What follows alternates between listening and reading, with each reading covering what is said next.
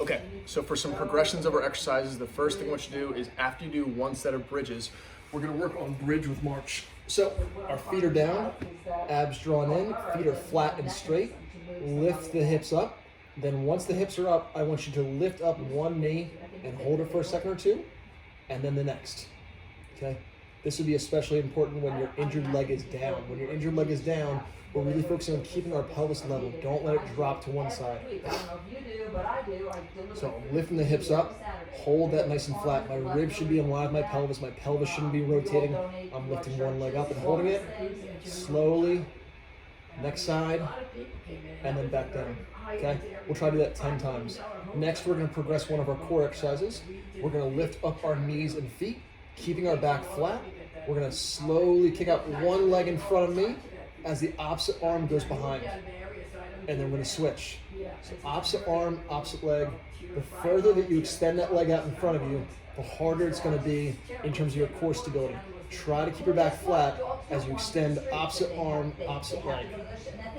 We'll do about 5 with each leg if you can, and then rest and repeat. So 2 sets of 5 like that. The next thing we're gonna do is when we stand up, we're gonna work on some strength of our arch muscles in our feet with some knee bending. So we're gonna take a towel. Good. Take a towel, roll it up. Place your big toe and your index toe on the edge of the towel. So your pinky toe and your ring toe and your middle toe should kind of be off the towel. Take a long staggered stance. If you want to do this in front so you can hold on to, that's fine. What I want you to do from now is I want you to bend down, straight down. Go as far as you feel comfortable, pause, and then come on back up. Okay? The lower you go, obviously the harder it's going to be on that knee. But the focus with this one is to try to keep that big toe anchored down. Okay? And then back up. What's going to happen is the lower that you go, the more that your leg's going to want to turn out to the side. We're anchoring down that big toe. I also want you to focus on when you're going down, not to shift your hip out to the side. Okay? Keep that hip right underneath you. And then stand back up. And we'll do about 2 sets of 5 on either side. It's important to have the injured leg behind you as well. So my hips are straight, I'm bending, and I'm straightening. The next exercise we're going to do is we're going to do another 2 sets of 5, but this time same setup to begin with, but now I'm going to push my hips back and reach for the ground. I'll show you from this angle here. So I'm pushing my hips back and reaching for the ground. And I'm thinking about like opposite arm to opposite leg. So I push my butt back, my foot's gonna be on the towel. I'm really thinking about keeping that big toe down and then back up. 2 sets of 5 like that. The final exercise I want you to do is find a wall or a pillar. Take your injured leg and place it right next to the wall.